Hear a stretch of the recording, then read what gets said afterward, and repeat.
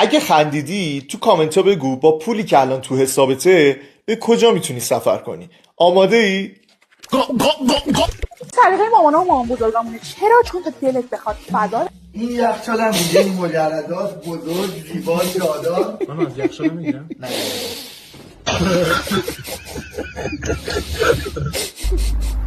اوستا این به نظر من خراب نبوده، چرا عوضش کردی؟ کنم میخواه هادی چوپان که هادی چوپان میشناسمش. کیه؟ همین رپ لاغره بکنم آهنگاش هم دارم. رپ لاغره؟ آره اسکینی میپوشه.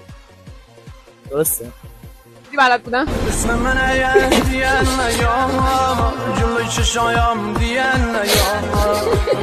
ما در افغانستان زندگی میکنیم، اینجا همه لکه سولن کروزر سوار میشن. آقا احسان جانم. روزا چیکار میکنی؟ بیا اینجا بعد توضیح بدم.